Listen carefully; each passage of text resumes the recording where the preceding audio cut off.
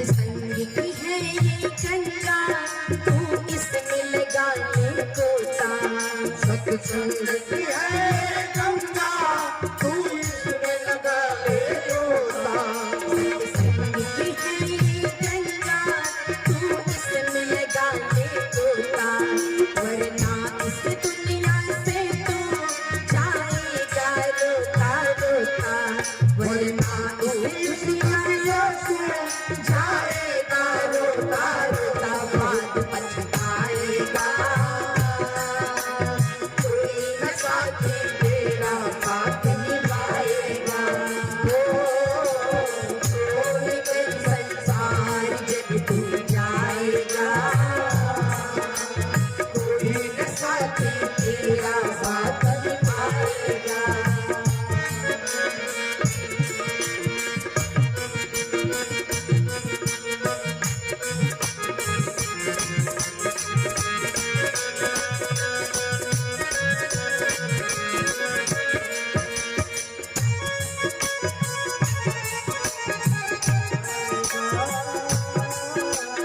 कोई न साथी तेरा साथ निभाएगा।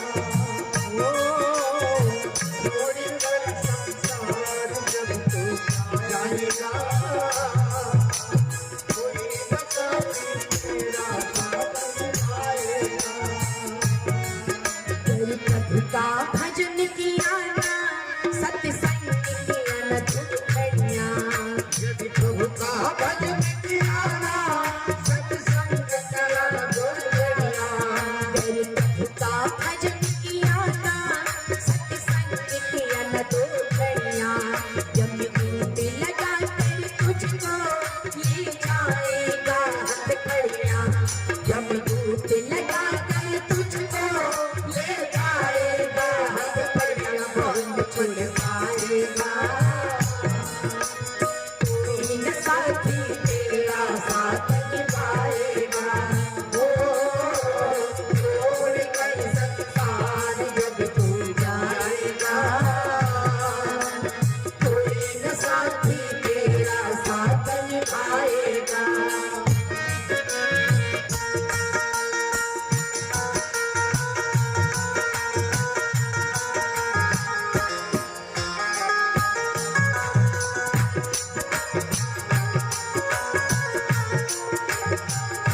घबराऊं कैसे द्वारका में जाऊं, किसी तरह सुनाऊं अपने दुख की भरी कहानियां, दुख की भरी कहानियां।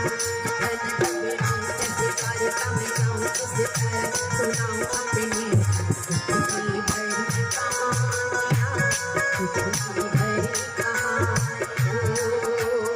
छोड़कर संसार जब तू जाएगा, कोई न साथी तेरा साथ निभाएगा।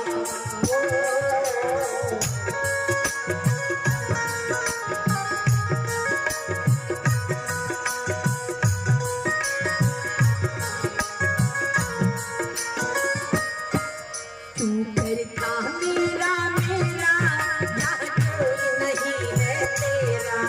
क्यों करता मेरा मेरा, यहाँ कोई नहीं है तेरा। तू करता मेरा मेरा, यहाँ कोई नहीं है तेरा। है चंद दिनों का तेरा, उड़ जाए हंस अकेला। है चंद दिनों का तेरा, उड़ जाए हंस अकेला। हंस उड़ जाएगा, कोई न साथी तेरा साथ निभाएगा। छोड़कर संसार जब तू जाएगा, कोई न साथी तेरा साथ निभाएगा। छोड़कर संसार जब तू जाएगा, कोई न साथी तेरा साथ निभाएगा। छोड़कर संसार जब तू जाएगा,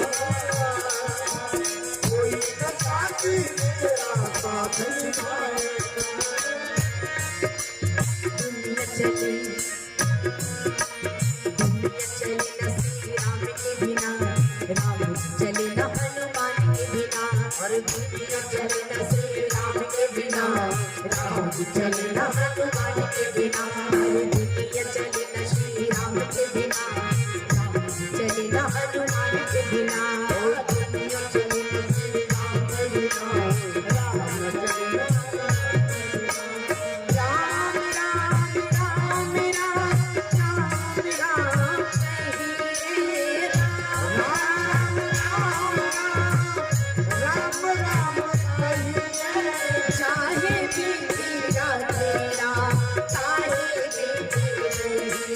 ओ चाहे बीतेगा तेरा, चाहे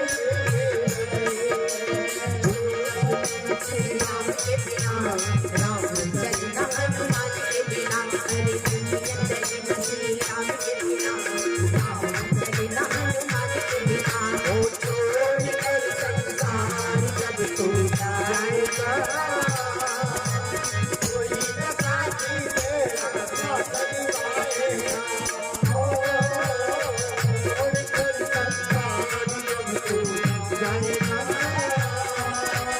कोई न साथी तेरा साथ निभाएगा।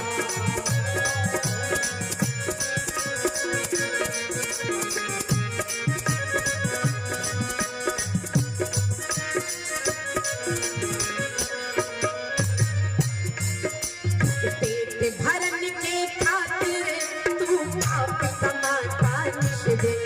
निज पेट भरन के खातिर तू पाप कमाता दिन। पेट भरन के खातिर तू पाप कमाता निश दिन। इस पेट भरन के खातिर तू पाप कमाता दिन। शमशान में लकड़ी रख कर तुझे लोग जलाए एक दिन। शमशान में लकड़ी रखकर कुछ लोग जलाए दिन। शमशान में लकड़ी रख कर तुझे लोग जलाए एक दिन। खाक हो जाएगा कोई न साथी तेरा साथ निभाएगा। छोड़ कर संसार जब तू जाएगा कोई न साथी तेरा साथ निभाएगा। छोड़ कर संसार जब तू जाएगा कोई न साथी तेरा साथ निभाएगा। छोड़ कर संसार जब तू जाएगा कोई न साथी तेरा साथ निभाएगा। कोई न साथी तेरा साथ निभाएगा। कोई न साथी तेरा साथ निभाएगा। कोई न साथी तेरा साथ निभाएगा। कोई न साथी तेरा साथ निभाएगा।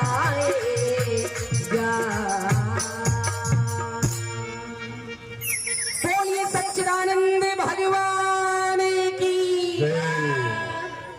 आवाज में दम नहीं है माता जी। आज भी तो संकट चौथ का व्रत नहीं किया है ना? नहीं किया है। लगना चाहिए ना। खा पी के आए हो, खाते पीते घर के हो।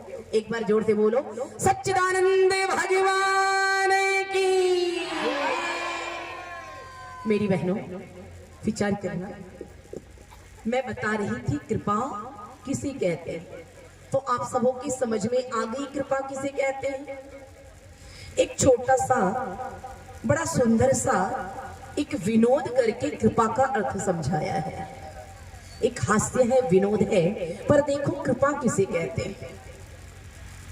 एक परिवार में पति पत्नी रहते थे। मेरी बहनों बात ना करो, बहन जी बात ना करो आगे बैठ के। बहन जी मेरी बात नहीं सुन रही। बोली सत्संग में बैठकर बात ना करो। विचार करना, क्या मैं बता रही थी कि एक परिवार में पति और पत्नी रहते थे और उस परिवार की खास बात थी कि कभी पति के ठहाके की आवाज आती थी तो कभी पत्नी के ठहाके की आवाज आती थी। तो एक दिन मैंने पूछा भाई साहब से कि भाई साहब हर किसी के परिवार में कभी सुख तो कभी दुख लगा रहता है, कभी हंसना तो कभी रोना लगा रहता है। कहा खुदा देता है जिनको खुशी उनको गम भी देते हैं, खुदा देता है जिनको खुशी उनको गम भी देते हैं, और जहां बजती है शहनाइयां वहां मातम भी होते हैं। कभी हंसना तो कभी रोना, कभी सुख दुख लगा रहता है। पर मैंने आपके परिवार में देखा कि कभी आपके ठहाके की आवाज तो कभी भाभी जी के ठहाके की आवाज आती। आखिर आपके ठहाके का राज क्या है? तो वह व्यक्ति बताता है, बहन जी मेरे ठहाके का जो राज है वो मेरी पत्नी है। ध्यान से सुनना, क्या कहा?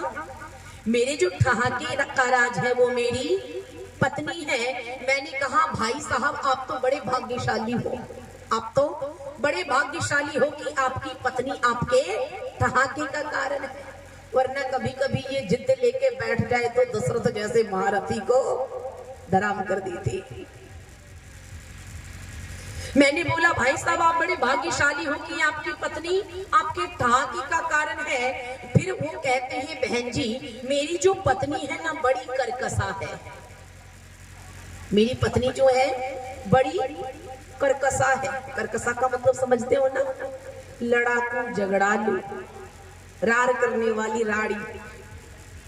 कहा मैंने कहा भाई साहब आपकी पत्नी आपके ठहाके का कारण है, ये तो बात समझ में आई, पर करकसा पत्नी और ठहाके का कारण, ये तो रोने का कारण है, ये ठहाके का कारण नहीं है। मैं आपसे ठहाके का कारण पूछ रही हूँ। तो वह व्यक्ति कहता है मेरी पत्नी इतनी करकसा है कि जब उसे गुस्सा आता है ना तो वो ये नहीं देखती बेलन है या कढ़ाई है। मेरी पत्नी को जब गुस्सा आता है ना तो वो ये नहीं देखती कि बेलन है कि कढ़ाई है, वो फेंक के मारती है। मैंने कहा भाई साहब तुमने तो हद कर दी, मैं तब से तुमसे ठहाके का कारण पूछ रही थी और तुम बार बार रोने का कारण बताए जा रहे हो। क्यों जी? पत्नी अगर बर्तन फेंक के मारे तो ये ठहाके का कारण होगा या रोने का कारण होगा? रोने का कारण। मैंने कहा भाई साहब मैं ठहाके का कारण पूछ रही, आप रोने का कारण बताए जा रहे हो। फिर वह व्यक्ति कहता है बहन जी जब वो बर्तन फेंक के मारती है ना, जब लग जाता है तो वो ठहाका लगाती है और बच जाता हूं तो मैं ठहाका लगाता हूं। यही मेरे ठहाके का कारण है। मेरे भाइयों विचार करना, करकसा, ध्यान से सुनना, कहा करकसा पत्नी के साथ रह के अगर पति ठहाका लगाता रहे ये तो वही कर सकता जिसके ऊपर ईश्वर की कृपा होती है। अगर शराबी पति के साथ पत्नी हंसती मुस्कुराती रहे ये तो वही कर सकती जिसके ऊपर ईश्वर की कृपा होती है। मेरी बहनों विचार करना, हम सब परमपिता परमात्मा की कृपा का पात्र बनना चाहते हैं, पर हमें पता नहीं होता कि हम कृपा का पात्र बने तो बने कैसे, हम कैसे उस परम पिता परमात्मा के प्रेम को प्राप्त करें, हम कैसे वो बने जो मेरा पिता भी मुझसे प्यार करे। हम तो भगवान से प्यार करते हैं पर हमारे भाव क्या होने चाहिए? कहा रश में उल्फत जिस कदर होगा निभाएंगे जरूर। भगवान रश में उल्फत जिस कदर होगा निभाएंगे जरूर। तुम हमें चाहो न चाहो हम तो चाहेंगे जरूर, तुम हमें चाहो न चाहो हम तो चाहेंगे जरूर। कहा हे पिता तू मुझे जितना दुख देना है दुख दे ले, तू मुझे कितना भी सता ले, पर मैं तेरी भक्ति छोड़ने वाला नहीं हूँ, मैं तेरी उपासना छोड़ने वाला नहीं हूँ, मैं तुझसे प्रार्थना करना छोड़ने वाला नहीं हूँ, मैं तो तेरा कृपा प्राप्त करके ही रहूंगा। कहा खुद को कर इतना बुलंद, खुद को कर इतना बुलंद, खुदा पूछे बता तेरी रजा क्या है। मेरे भाइयों विचार करना, आप अपनी भक्ति को मजबूत करो, आप अपनी भावना को मजबूत करो, आप अपने कर्म को मजबूत करो। अगर तुम्हारी भक्ति मजबूत हो जाएगी, तुम्हारी कर्म मजबूत हो जाएंगे, तुम्हारी भावना पवित्र हो जाएगी तो पिता भी प्रेम करने को मजबूर हो जाएगा। इसलिए मेरी बहनों हम सबको परम पिता परमात्मा की कृपा की पात्रता प्राप्त करने का अधिकार है, लेकिन पात्रता प्राप्त करने के लिए हमें भी पुरुषार्थ करना होगा, हमें भी ईमानदारी करनी होगी, हमें भी भक्ति करनी होगी। आइए हम देखते हैं रामायण को। हम जब रामायण को देखते हैं तो उसमें अथाह भक्ति नजर आती है। क्यों? जब आप रामायण पढ़ोगे ना, उसमें अथाह भक्ति नजर आएगी। हर कोई तुम्हें भक्त नजर आएगा। और कैसा भक्त? कहा राम क्या किया करते थे जी? कहा प्रातः काल उठ के रघुराई संध्या हवन करो दो भाई। दोनों भाई क्या किया करते थे? कहा संध्या हवन करते थे। ये दृष्टांत देखना, जब विश्वामित्र के साथ जाते हैं, जब विश्वामित्र के साथ जाते हैं तो कोई दिन ऐसा ना हो, कहा किसी भी विपदाओं ने, किसी भी परिस्थितियों में भगवान राम ने संध्या हवन करना नहीं छोड़ा। आप 14 वर्ष के वनवास को देखो। वनवास में भी भगवान राम और माँ सीता साथ बैठकर यज्ञ किया करते थे, संध्या किया करते थे, हवन किया करते थे। मेरी बहनों, विचार करना, उस भक्ति को देखना। लक्ष्मण ने भी परिस्थितियां कैसी भी रही, संध्या उपासना को नहीं छोड़ा। भरत भी नंदीग्राम में भले जीवन को जिए, पर उन्होंने अपनी संध्या उपासना को नहीं छोड़ा। शत्रुघ्न भी अपने जीवन को वनवासी की तरह जिए, पर उन्होंने संध्या उपासना को नहीं छोड़ा।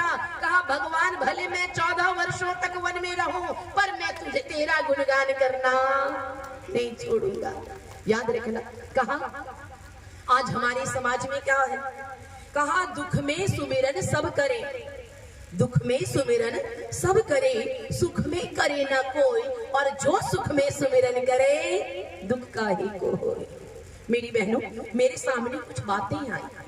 जब मैं इस क्षेत्र में निकली, मैं बहुत ही छोटी अवस्था से कथा करती हूँ, और जब मैं इस क्षेत्र में निकली तो मैंने देखा कि धुरंधर धुरंधर पंडित एक नारा लगाए बैठे हैं कि महिलाओं को कथा करने का कोई अधिकार नहीं है, महिलाओं को पूजा करने का कोई अधिकार नहीं है, महिलाओं को यज्ञ कराने का अधिकार नहीं है। मैं ऐसे पंडितों से कहना चाहूंगी, अरे तू पहले वेद को पढ़ के देख और फिर बताना, मुझसे साक्षात करना कि महिलाओं को पूजा करने का अधिकार है या नहीं है। अरे इतिहास के पन्ने को पलट के देखो, रामायण के पन्नों को पलट के देखो। हमारी माँ कौशल्या यज्ञ किया करती थी, हमारी माँ सीता यज्ञ किया करती थी। भले कैकेयी चिट्ठी थी, पर कैकेयी ने भी कभी यज्ञ को नहीं छोड़ा था। और आज हमारे सामने बातें रखी जाती है कि महिलाओं को यज्ञ कराने का अधिकार नहीं है। मेरी बहनों, जब ये भारत स्वतंत्र था, जब ये इस देश में, जब इस विश्व में सतयुग था, कितने युग हुए जी? कितने युग हुए इस सृष्टि में? 4 युग हुए। पहला युग कौन सा? सतयुग। और सतयुग में कैसे लोग हुए?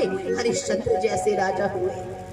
और ऐसे हरिश्चंद्र राजा स्वप्न में दान कर दिया तो जागते भी जाकर दान कर दिया। वो सतयुग था। और फिर सतयुग के बाद क्या आया? सतयुग के बाद त्रेता युग आया। और त्रेता युग में कौन आए? भगवान राम। हम सब अभी जिनकी कथा का श्रवण कर रहे हैं। और त्रेता के बाद द्वापर आया। और द्वापर में कौन आए? भगवान कृष्ण आए। और अब क्या आया? कलयुग आ गया। अब कलयुग आ गया। पर आज हमारे देश में कोई राम नजर नहीं आता है। आज हमारे देश में कोई कृष्ण नजर नहीं आता है। क्या ये युग का प्रभाव है? क्यों? युग बदल गया इसीलिए? नहीं, हम बदल गए इसीलिए। हम बदल गए। हमने संस्कार को छोड़ दिया, हमने संस्कार को छोड़ दिया, हमने निर्माण के कार्य को छोड़ दिया। ओ मेरी बहनों, परमपिता परमात्मा ने हमें वरदान दिया है, तुम जैसा चाहो वैसे अपने संतान का निर्माण कर सकती। तुम चाहो तो राम बना दो, तुम चाहो तो रावण बना दो, तुम चाहो तो कृष्ण बना दो, तुम चाहो तो कंस बना दो। कहते हैं एक महिला, जब इस भारत पर अंग्रेजों का शासन हुआ, द्वापर के बाद जब कलयुग आया,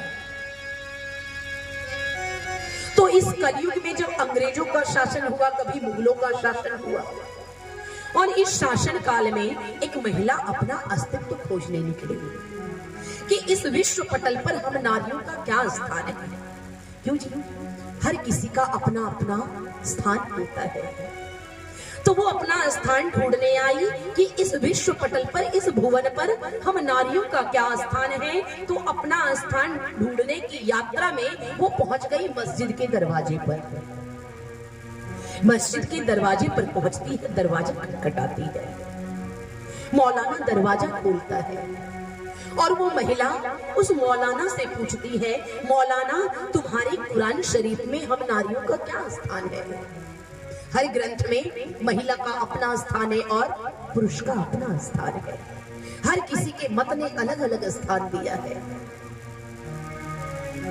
कहते हैं जब वो नारी पूछती है, वो माँ पूछती है कि कुरान शरीफ में तुम्हारा हमारा क्या स्थान है, तो वो मौलाना कुरान के पन्नों को पलटता है और कहता है, नारी तू अपना स्थान ढूंढने कुरान में आई है। नारी तू अपना स्थान ढूंढने कुरान में आई है। अरे कुरान तो कहता है नारी बच्चा पैदा करने की खेती है, इससे ज्यादा तेरा कोई स्थान कुरान में नहीं है। क्या कहा कुरान ने? स्त्री क्या है?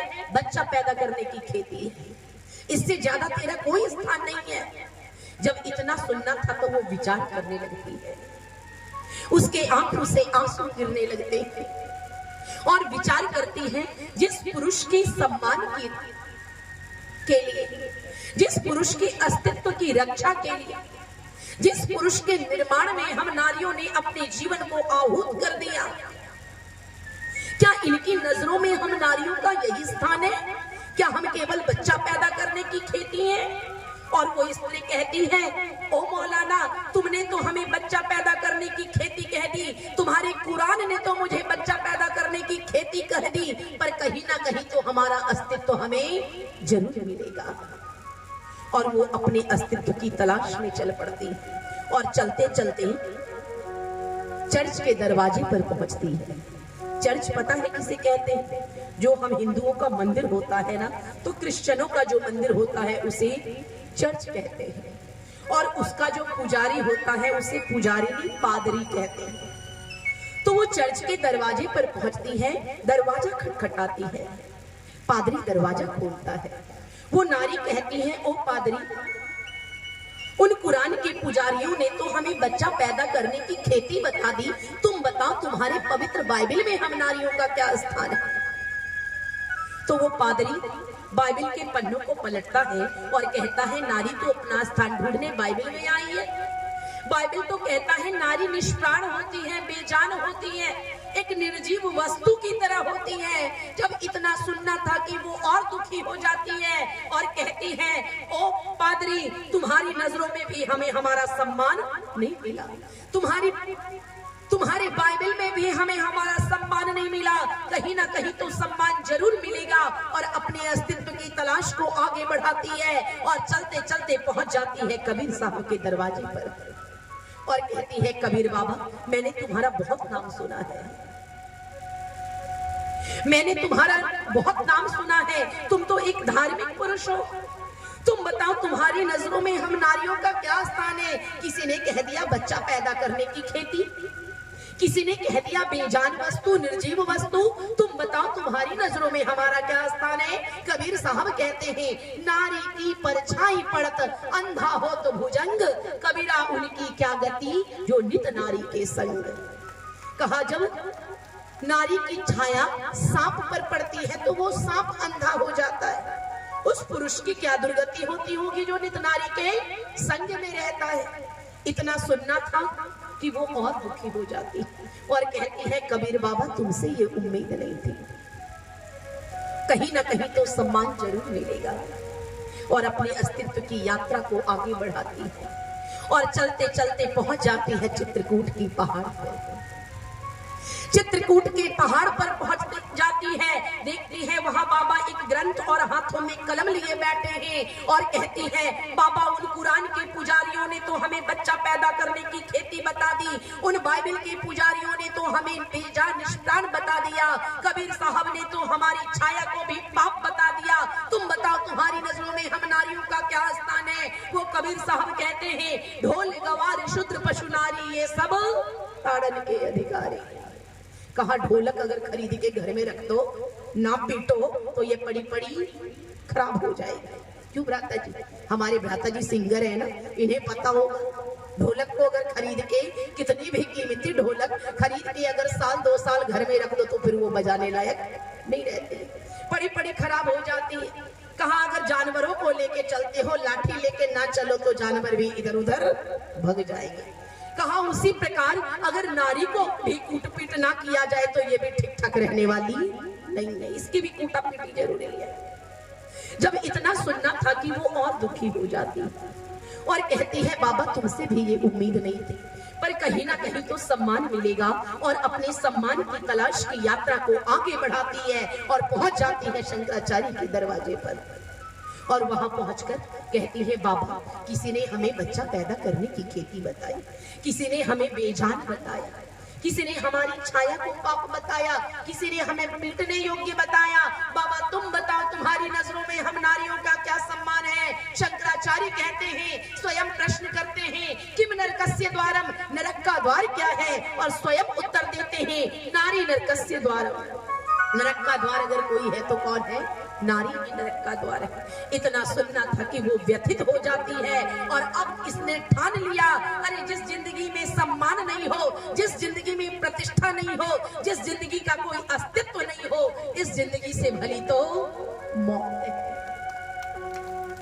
कहते हैं जब अब इसने अपनी यात्रा को आगे बढ़ाई मृत्यु को आलिंगन करने के लिए, पहाड़ की ओर भागती है। अब मैं पहाड़ से कूदकर अपने प्राण त्याग दूंगी। भागते भागते एक संतों के झुंड में जा गिरती है और देखती है सारे संत बैठे हैं, पुस्तक लेकर बैठे हैं और पूछती है बाबा सारी दुनिया ने ठोकर मार दी, किसी ने पीटने योग्य बताया, किसी ने बच्चा पैदा करने की खेती बताई, किसी ने हमारी छाया को पाप बताया, किसी ने हमें नरक का द्वार बताया। तुम बताओ तुम्हारी नजरों में हमारा क्या स्थान है? तुम जो ग्रंथ पढ़ रहे हो इस ग्रंथ में हम नारियों का क्या स्थान है? मेरी बहनों वो संत समागम, वो हमारे सनातनी उन पन्नों को पलटते हैं और उन पन्नों को पलटकर कहते हैं नारी तू अपना स्थान ढूंढने आई है। अरे तेरी उपमा तो परमपिता परमात्मा से की जाती है और वेद कहता है नारी ब्रह्मा बभूविथा, नारी तू तो ब्रह्मा है। कौन है? तू तो ब्रह्मा है। कहा वो ब्रह्मा? ये ब्रह्मा कौन है? कहा जो ईश्वर का निर्माण करता है उसी को ब्रह्मा कहते हैं। माँ तू भी अपनी कोख में संतान का निर्माण करती है, इसलिए तुम्हें भी वेद अगर कहता है तो क्या कहता है? तू तो ब्रह्मा है।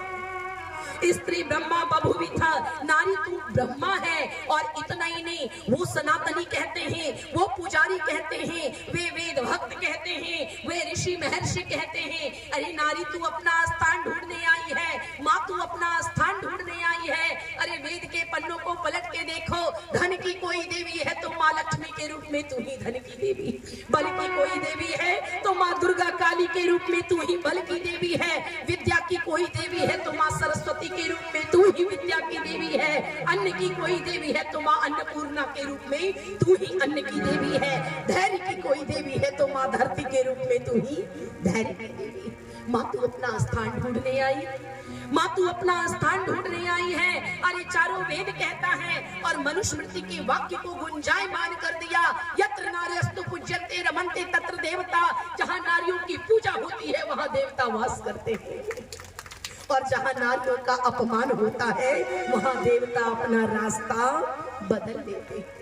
इसलिए मेरी माताओं बहनों भाइयों याद रखो, जिस घर में बेटियों की पूजा ना हो उसे नवरात्रा करने का कोई अधिकार नहीं है। जिसके घर बेटी के पैदा होते आंखों से आंसू की झड़ी बह गई कि मैं बेटे का इंतजार कर रहा था, घर में बेटी आ गई, जिसके सिर झुक गए, आंखों में नमी आ गई, जिसका आंगन दुखी हो गया, उस आंगन में नवरात्रा करने का कोई अधिकार नहीं है। उस आंगन में सरस्वती की पूजा करने का कोई अधिकार नहीं है। उस आंगन में लक्ष्मी की पूजा करने का कोई अधिकार नहीं है। अरे जिसने असली लक्ष्मी की पूजा नहीं की, जिसने असली दुर्गा की पूजा नहीं की, जिसने असली सरस्वती की पूजा नहीं की है, वो माँ दुर्गा को क्या खुश रखेगा? मेरी बहनों मेरे भाइयों विचार करना, ये कौन कहता है? ये हमारा वेद कहता है। और ये वेद क्या है? विश्व पर सबसे पहला ग्रंथ। आपको सभी पुस्तकों में लेखक के नाम नजर आएंगे। जो भी पुस्तक पढ़ोगे, वाल्मीकि रामायण, भागवत वेद व्यास, महाभारत वेद व्यास, यूं करके आपको सबके नाम नजर आएंगे। लेकिन जब वेद को पलटोगे तो उसमें लिखा है अपौरुषे। क्या लिखा है? अपौरुषे, क्योंकि इसकी रचना किसी पुरुष ने नहीं किया। अरे इसकी रचना तो स्वयं परमपिता परमात्मा ने किया, स्वयं विधाता ने किया। जब भगवान ने हमें इतना ऊंचा स्थान दिया है, अरे तुम कौन होते हो हमारा स्थान नीचा करने वाले? आज लोग कहते हैं स्त्री को गायत्री मंत्र पढ़ने का अधिकार नहीं है। क्यों? लोग नारा लगा दिए, अभी कथावाचकों के बहुत स्टेटस आ रहे थे कि स्त्री को गायत्री मंत्र पढ़ने का अधिकार नहीं है, स्त्री को वेद मंत्र पढ़ने का अधिकार नहीं है। अरे तुम भी तो इसी की कोख से पैदा हुए हो। अगर तुम्हें पढ़ने का अधिकार है, अगर इसे पढ़ने का अधिकार नहीं तो तुम्हें भी पढ़ने का अधिकार नहीं है। तुम भी तो इसी की गंदगी से पैदा हुए हो।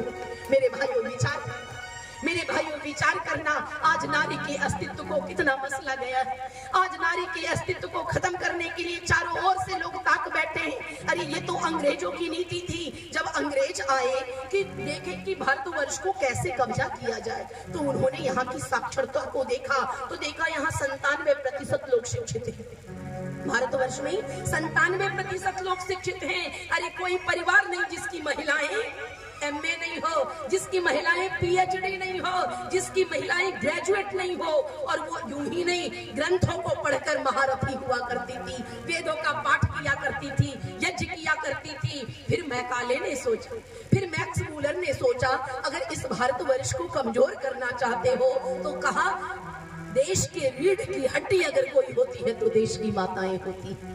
देश के राष्ट्र रूपी शरीर के रीढ़ की हड्डी कोई होती है तो वो माताएं होती है। अगर इस रीढ़ की हड्डी को कमजोर करना है, भारतवर्ष की रीढ़ की हड्डी को कमजोर करना है, तो सबसे पहले इससे वेद पढ़ना छीनना होगा। जब ये मूर्ख होगी तो मूर्ख की कोख से मूर्ख ही पैदा होगी। अरे ये तो अंग्रेजों की नीति थी, पर आज तो हम आजाद हैं। फिर ये क्यों रट्टा लगाया जाता है कि नारी को पूजा करने का अधिकार नहीं है? क्यों? वेद पढ़ने का अधिकार नहीं है, गायत्री मंत्र पढ़ने का अधिकार नहीं है। अरे गुरुकुलों में जाकर देखो, हमारी बेटियां धड़ल्ले चारों वेदों का पाठ करती है, सस्वर मंत्र पाठ करती है। यहाँ तक कि बनारस में अपने आचार्य का दाह संस्कार शिष्याओं ने स्वयं करवाया था, फिर भी तुम्हारी आंखें नहीं खुलती। अरे बेटियां, बेटी पढ़ेगी तो देश बढ़ेगा, बेटी पढ़ेगी तो देश बढ़ेगा। मेरे भाइयों विचार करना, अगर अपने देश को सशक्त करना चाहते हैं। याद आती है वो लेनिन की बात।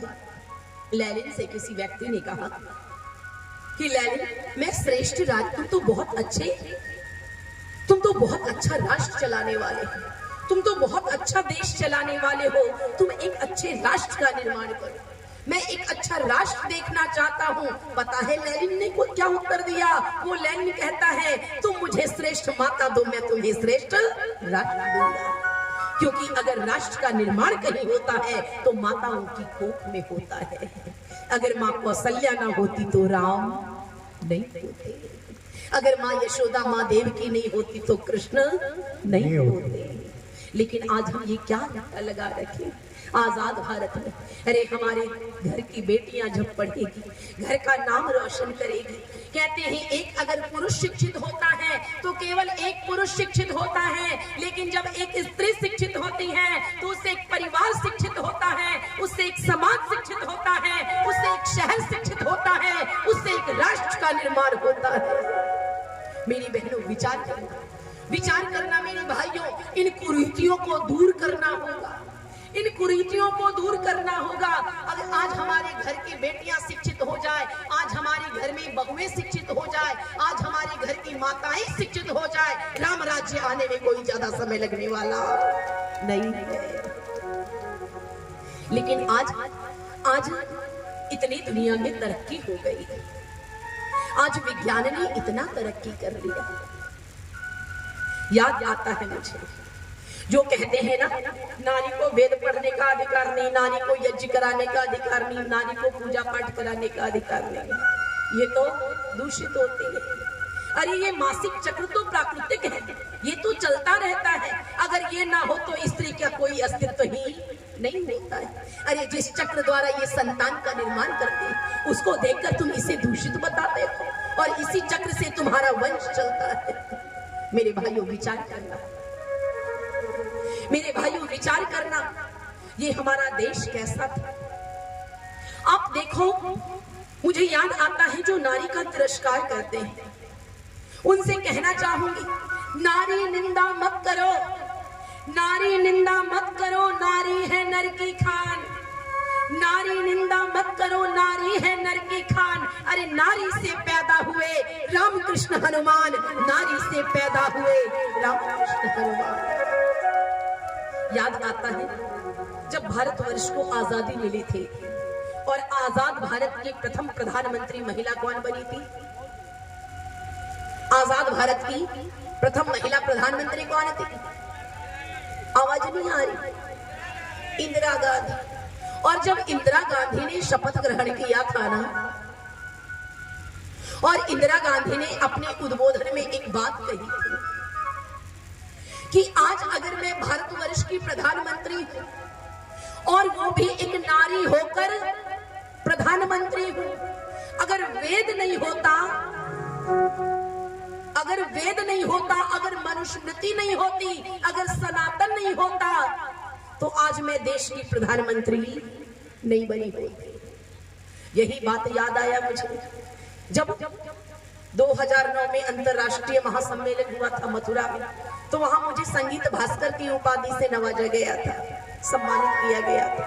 तो वहां महामना प्रतिभा पाटिल ने भी यही बात कहा कि अगर वेद नहीं होता, अगर सनातन नहीं होता, अगर मनुस्मृति नहीं होती, अगर सत्यार्थ प्रकाश नहीं होता, तो आज मैं एक स्त्री होकर भारतवर्ष की राष्ट्रपति नहीं होती।